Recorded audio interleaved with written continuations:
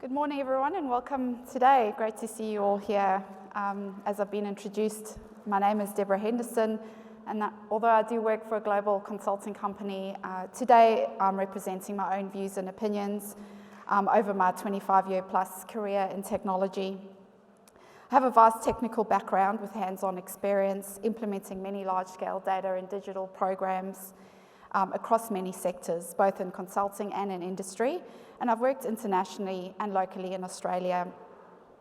My recent years have been focused more on data strategy and data transformation, helping organisations uplift their data and analytics capabilities across data governance, data platform selection and implementation, data strategy, architecture, and artificial intelligence. So really the full spectrum of the data value chain. I'm quite passionate about using the human-centered design approach applied to everything from data strategy through to implementation, as what I've learned throughout my career is that success is more about the people and the behaviours than it is about the data and the technology. And I've also seen firsthand the benefits of this approach. So I started my career in software engineering whilst doing a computer science and information systems degree part-time, and what I learned very quickly through that is that data was at the heart of it. Your program and output could only be as good as the data you input. A few years on in my career, I learned that solving the problem was nothing to do with the data or the technology, though. It was all about the people. Only people can drive real change, and data and technology are just the enablers. So I then decided to do an executive MBA so I could connect solutions to problems experienced and that I'd seen across many different industries and business functions. A couple of years ago now, I completed that executive MBA as well as a complex masterclass program in transformation and complex change. And so my presentation today is really about a multidisciplinary approach to unlock value in data. So as we're on the Gold Coast, today I've tied the sections of the presentations to a water theme. You'll see representations of mist in our mountains, waves on our beaches, surfers riding those waves, and the calmer waters of our rivers. And as we know, it's always better to remember a story when it's tied to a metaphor. So before we start, I'm going to set a bit of context on why you should spend the next 25 minutes plus listening to what I have to say about responsive data governance. And this is hopefully to mitigate the response I had from my children when I showed them my presentation, and after the first 3 slides, they said, "How much longer, Mommy?" So let's set the context. I can cost you millions. I can destroy your business. I can ruin your reputation. I can turn you into a criminal. I can enhance business performance, and I can make you millions. I can be an asset and a liability. I have the opportunity to destroy your business and sink it, as well as lift it to new heights. I'm data, and the choice is yours. And so what I'm going to talk to you about for the next 25 minutes is about how to unlock the value of this data and mitigate the risks within. Data is everywhere, which makes successful data governance a team sport. It is seldom a dedicated role and requires team coordination towards a common goal. Rowing is a sport of balance and harmony, just like responsive data governance needs everyone rowing in the same direction towards a common goal with the ability to respond and react quickly. A data governance manager often plays the role of the captain on the boat to steer the boat and command and motivate the rowers. The rest of the team, as you would know, consists of many roles, including data stewards, data custodians, data consumers, data creators, who all carry out data governance activities as part of the natural course of their job. So responsive data governance is about having the ability to react quickly and respond to the needs of your stakeholders. The objective is that your data is secure, accurate, available, and usable by the appropriate person and for the purpose for which it was collected. It's no longer a question of whether you're prepared for the future, it's a question of whether you're prepared for the present. And practically, it's about those actions people take, the processes people follow, and making it easier and faster and less manual by using technology to support throughout the data life cycle. This includes applications used to collect the data models used to structure and model and store the data, the business glossary and the metadata that describes the data, which is often more important than the data itself, and the analytics and the AI that is using the data to provide insights to decision makers and predict and automate action. So why does data governance need to be more responsive? The effect of data errors is being amplified now through the rise in cyber attacks, resulting in data breaches, hefty fines, long-lasting reputational damage to both individuals and business. And in this year, as we have seen through the amplification of AI and the likes of generative AI, AI has the ability to very quickly amplify the effects of poor data quality, the bias in data, and breach ethical boundaries and more. So up on the screen, you'll see an approach to problem solving. This is the Cynefin approach. Some of you may have heard of it by David Snowden.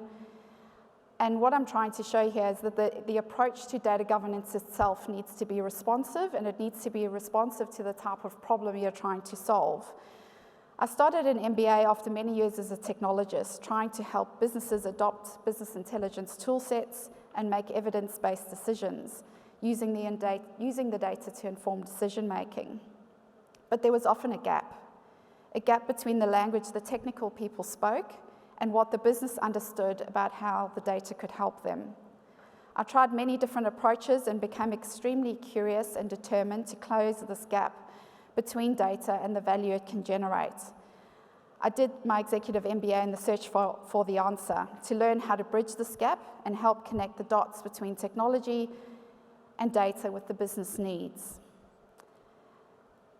What I learned is that there is no single answer to this. There's a different solution and a different approach to solving for the different problems.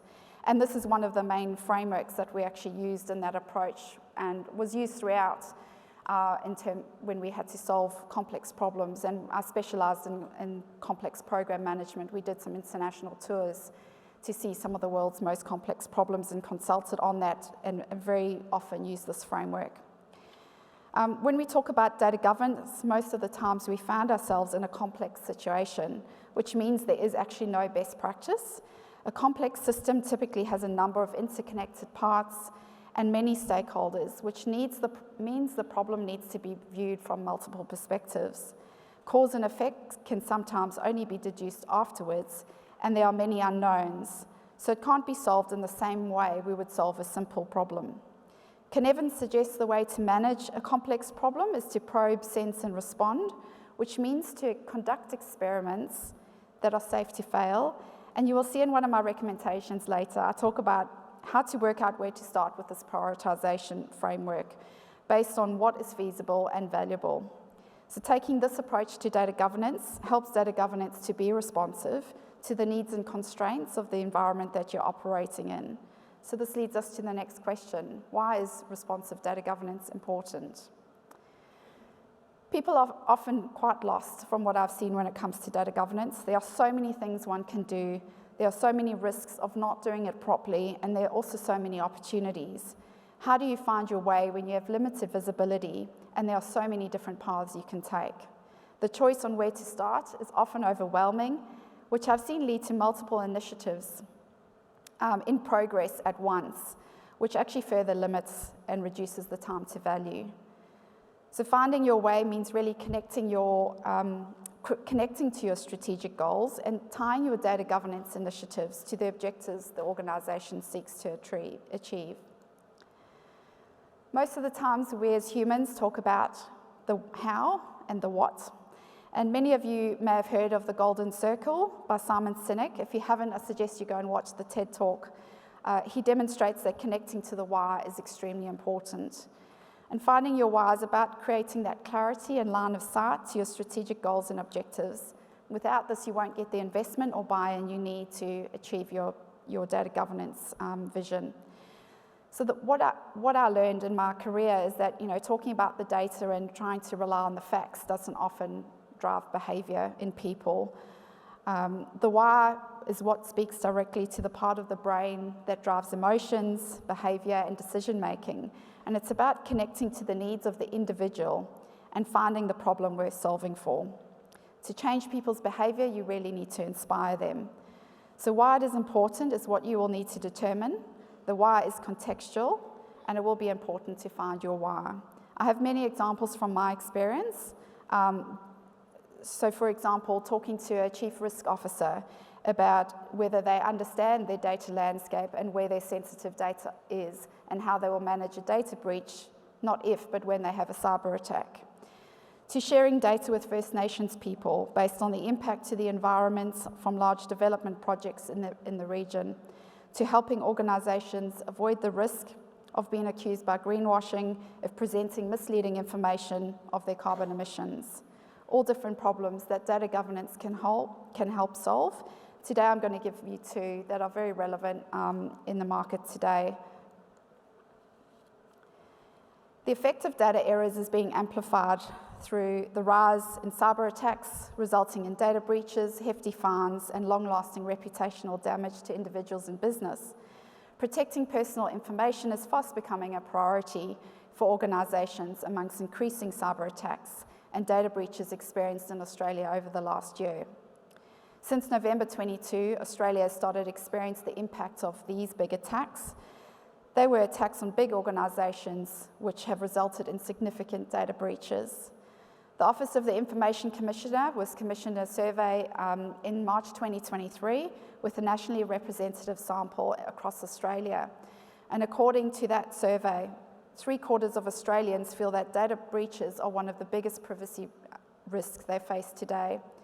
Almost half of Australians said they have been told by an organisation that their information was involved in a data breach in the 12 months prior to completing the survey. 3/4 of those involved in a data breach said they had experienced harm as a result. Nearly half of Australians said they would close their accounts or stop using a product or service provided by an organisation that experienced a data breach. However, most Australians are actually willing to remain with a breached organisation, provided that organisation promptly takes action, such as quickly putting in steps to prevent customers experience further harm from the breach and making improvements to their security practices. Only 12% of Australians said there was nothing an organisation could do to influence them to stay after a data breach. There are a range of ways organisations can protect personal information, and 1/4 of Australians believe that the most important step for organisations is to only collect the information necessary to provide the product or service. Australians view the second most important thing organisations can do is take proactive steps to protect the information they hold. How many can raise their hands now to say that their organisation has a view on exactly what information they hold, what is sensitive, where it is, and who has access to it? You can only protect it when you know that answer. And if that's not important enough, I'll talk about AR next. We've seen a huge uptake in AR since the introduction of generative AR and the likes of ChatGPT. And we know that the safeguards for governing AR are not keeping up with expectations. With the democratisation of AR and therefore data into the hands of many, it will be even more critical to have the right guardrails in place to maintain ethical boundaries and how we create and use this technology responsibly. AR will amplify the impact of poor data quality, bias in data, and breach ethical boundaries and more. AR has been around for a long time, so what has changed now and why it's increasing is the way we interact with it. We no longer need to communicate in another language. We have taught AR to learn ours. How do you react quickly when things go wrong? And who is responsible when things go wrong is some of the big questions that are currently being asked for which there's no answer. So what do you need to make this work? How do you ride the wave and not crash?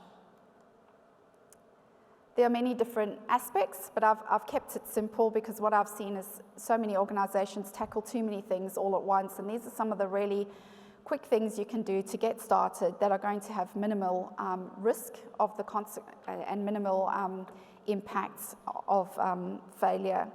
So to start with, a data catalog and a business glossary. This is really critical, and this is an easy way to get started to really find out the information that your organization holds. The business glossary is critical to understanding that information and to using it effectively. The next one, we talk about data lineage. People tend to not want to eat food if they don't trust its source or what's been done to the food along the way.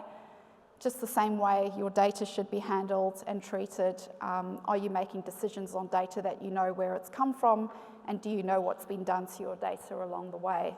There are tools out there today which can easily capture this lineage, although one size doesn't fit all. Data classification is really important to understand the sensitivity of your data and to understand those critical data elements.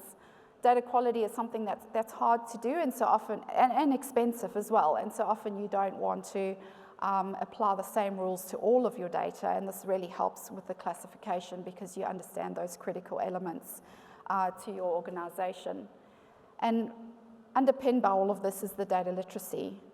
Data governance and data exists in all corners of the organization. Everyone's role typically would have some part to play in data governance. And so it's really critical that people understand what that means and how to use the data appropriately. Underpinning all of this is obviously the pragmatic and actionable data governance framework, and this is where I really think about that human-centered design approach and tailoring the framework to the roles and capabilities in the organization to make sure that it is executable and it's not something that sits on a shelf waiting to be rewritten in another year's time when people have found it hasn't worked. So how do you do this effectively? It's a long journey, and sometimes there's no end in sight. The world keeps evolving, and so when you think you're one step ahead of the game, something will change and you will need to continue in that journey. So it is a continuous journey. There's some simple things you can do to help you get started. First of all, identify those opportunities and find the problem worth solving for. Find the why in the organization. And this often takes time. I've spent some time with organizations really understanding on the ground what are some of the problems we're solving for, and not asking about, well, what is the data governance problem, because people don't often know what that even is, but just what are some of the day-to-day challenges with data that is happening on the ground that you can help solve for and easily quantify through improvements in productivity and the like. The next point is to connect this with your strategic goals and objectives. So this is key to getting investment and buy-in and to execute on your vision for data governance. And this could be about mitigating risks, all those opportunities. It's not about the data governance itself. I've helped many organizations actually drive that business case forward for data governance and get it approved after they've spent many years trying to talk about the technical implications of data governance and not getting anywhere. So finding that right use case and balancing the feasibility with the value. So that's really important. If it's very complex, you might need to start small, experiment, learn from the outcomes, and try again. Creating a minimal viable solution is very important. Don't choose something that takes too long to deliver value. You need to deliver value early and often to maintain momentum. Capturing value is all about understanding the type of problem so that you have the right approach to solve for it. So remember the Cynefin framework that I spoke about. If you're in a complex situation, it's about finding the right experiments where consequence of failure is minimum. And make the invisible visible. Data governance is obviously hidden, is often hidden. And an easy way to do this is through a data catalog, which really helps you to immediately understand what data you have across the organization. It gives the day-to-day tasks and activities that people are trying to undertake. It makes that easier. People know how to find the data. They can source it easily. They know who to go to get approvals. It also helps from a compliance and regulatory perspective to have an overarching view of the data landscape that your organization has. And leverage technology. There's so much amazing technology on the market today. You will find one to meet your needs, whether it's AI infused to help automate the cleansing of your data or improving the data quality, or whether it's something just like an automated data discoveries tool to get your data into a data catalog very quickly and easily, just to help you get started. It makes the jobs of your stakeholders much easier to do and data governance more practical and more tangible. And measure success. This is a difficult one. I see a lot of organisations grappling with this. There's no single way to measure return on data governance. We all know that traditional return on investment is the financial return gained based on initial costs. It will come down to how it's implemented in your organisation. You can measure benefits across efficiency, quality, risk, and also pair it with softer return on investment metrics such as employee satisfaction. The metrics can be qualitative and quantitative, but what you measure should really link to the outcomes you're trying to achieve and the behaviours you want to see. And the point is that you really need a flexible approach to be able to evaluate the impact. And now we move to the next point. And no, there are no icebergs on the Gold Coast, but this is just a good representation to show how most of the times the problems exist beneath the iceberg. What you see is only 20%. And that's why I talk about making things visible to help navigate some of those challenges. Some of the specific things where I've seen organisations, either slow down on their initiatives for data governance or not get the traction they need, the limited sponsorship. So you really need to connect to your stakeholders and to align with those business goals and objectives. Without that, you won't get the investment you need, you won't get the buy-in. I once had an executive team that just really didn't get the concept of data governance, and I asked to talk to them for a few minutes about the concept, and I likened it to experiences that they had had, and asking questions such as whether they had an understanding of where their sensitive data was in the organisation and how they would manage a cyber attack and a data breach if it happened. How quickly could they respond? They didn't know the answer to that question, and the data governance business case got approved immediately. No tangible benefits. So this is a common one where you need to make the invisible visible, and that really helps to get some of those early programs up and running quickly. There's also a lack of understanding of data governance roles, and this is a big one. What we help many organisations with, and often there's a lot of apprehension around introducing these data governance roles because they feel like it's a role on top of someone's day job. So rather than introducing yet another role, just create a number of activities that need to be infused into people's existing day jobs so that they can effectively do data governance. There's often a resistance to change, but I can promise you if you find the problem worth solving for, this will go away. And often a good approach is really to create that groundswell with people on the tools, involved in data day to day, making their jobs and lives easier. That conversation will quickly filter through the rest of the organisation and you won't be able to keep up with the demand. And then under-resourced. This is a very common one. Organisations often don't even have a data governance manager to steer that boat, never mind trying to assign additional data governance roles.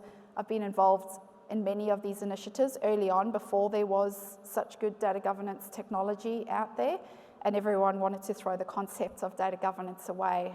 They tried to do catalogues, data asset registers, spent 6 months putting this all in Excel. By the time they were finished, it was out of date, and so it was ineffective.